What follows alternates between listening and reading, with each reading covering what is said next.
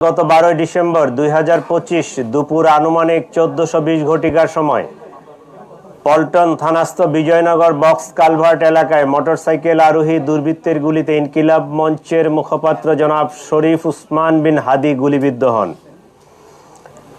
দ্রুতই তাকে Dhaka medical college হাসপাতালে প্রেরণ করা হয়। পরবর্তীতে রাজধানীর একটি বেসরকারি হাসপাতাল এভারকেয়ারে ভর্তি করা হয়। পরবর্তীতে উন্নত চিকিৎসার জন্য এয়ার অ্যাম্বুলেন্স যোগে তাকে সিঙ্গাপুরের জেনারেল হাসপাতালে ভর্তি করানো হয়। সেখানে চিকিৎসাধীন অবস্থায় 18 ডিসেম্বর তিনি শাহাদাত বরণ করেন। ইন্না লিল্লাহি ওয়া ইন্না ইলাইহি রাজিউন। আমরা তার বিদেহী আত্মার মাগফিরাত কামনা করি। আল্লাহ তাকে জান্নাত নসিব করুক এবং তার পরিবারকে এই শোক সইবার মতো শক্তি ও সামর্থ্য দিক। এই ঘটনার প্রেক্ষিতে রাজধানীতে পল্টন থানায় একটি নিয়মিত মামলা রুজু হয়, যা পরবর্তীতে হত্যা মামলায় রূপ নেয়। প্রিয় সাংবাদিক ভাই ও বোনেরা, ন্যাক্কারজনক এই ঘটনার পরপরই Dhaka metropolitan police, DB, CTTC, RAB, CID, BGB ঘটনায় জড়িতদের শনাক্ত করে গ্রেফতার করে আইনের আওতায় আনার জন্য কাজ শুরু করে। ঘটনাস্থলে উপস্থিত ব্যক্তিদের দেওয়া তথ্য, সিসিটিভি ফুটেজ বিশ্লেষণ, ওপেন সোর্স ইন্টেলিজেন্স এবং তথ্য প্রযুক্তির সহায়তায় ঘটনার দিনই শুটার ফয়সাল করিম মাসুদ ওরফে দাউদ ওরফে রাহুল এবং তার সহায়তাকারী মোটরসাইকেল চালক মোহাম্মদ আলমগীর শেখকে শনাক্ত করা হয়। তাৎক্ষণিক তাদের গ্রেফতারের জন্য আইন শৃঙ্খলা বাহিনীর একাধিক টিম সাভার, হেমায়েতপুর, আগারগাঁও, নরসিংদীতে অভিযান পরিচালনা করে।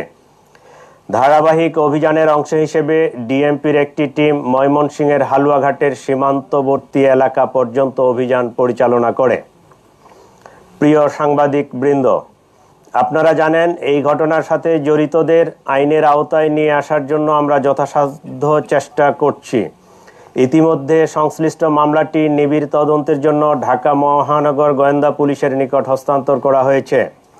তদন্তকালীন এ যাবৎ এ ঘটনা সংগঠনে পরিকল্পনায় অংশগ্রহণ, ঘটনায় ব্যবহৃত অস্ত্রগুলি লুকানোর সাথে জড়িত, ঘটনার মূল দুই হোতাকে পলায়নে সহায়তাকারী সহ মোট 11 জনকে আমরা গ্রেফতার করতে সক্ষম হয়েছি।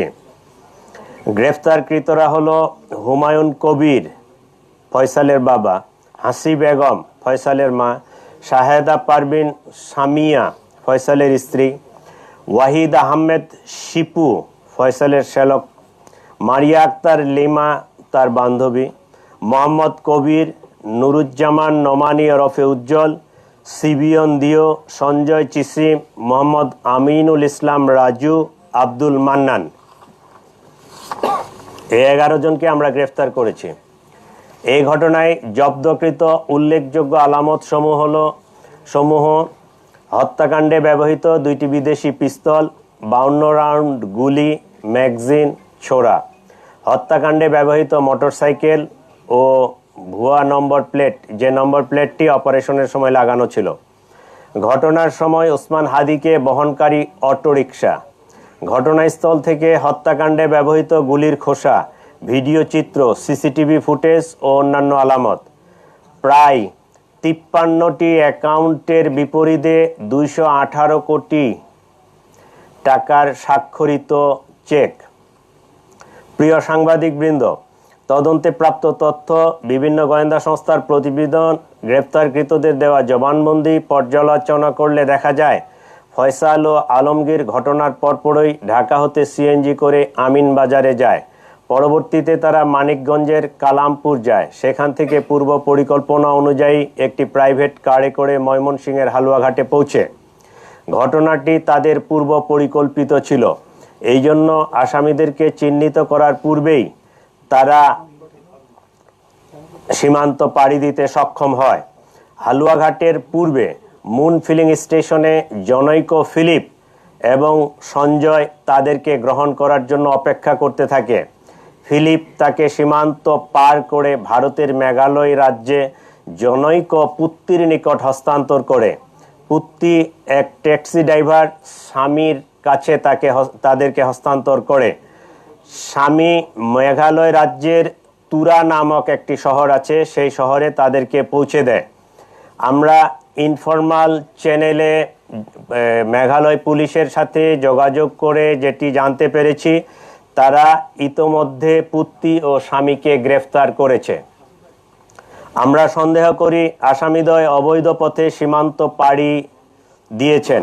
এই ঘটনার সাথে বিভিন্নভাবে জড়িত থাকার কথা স্বীকার করে গ্রেপ্তারকৃতদের মধ্যে 6 জন স্বীকারোক্তিমূলক জবানবন্দি প্রদান করেছেন এবং 4 জন সাক্ষী তারাও 164 ধারায় সাক্ষ্য প্রদান করেছেন।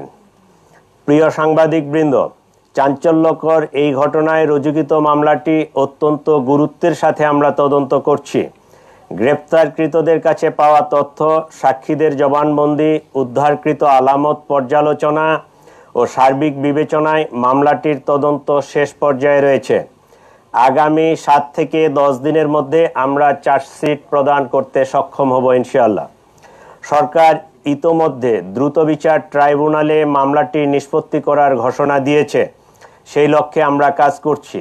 এই জন্য এই জঘন্য ঘটনার ন্যায় বিচার নিশ্চিত করতে রাষ্ট্রের পক্ষ থেকে, আমাদের পক্ষ থেকে সর্বোচ্চ প্রচেষ্টা অব্যাহত রয়েছে।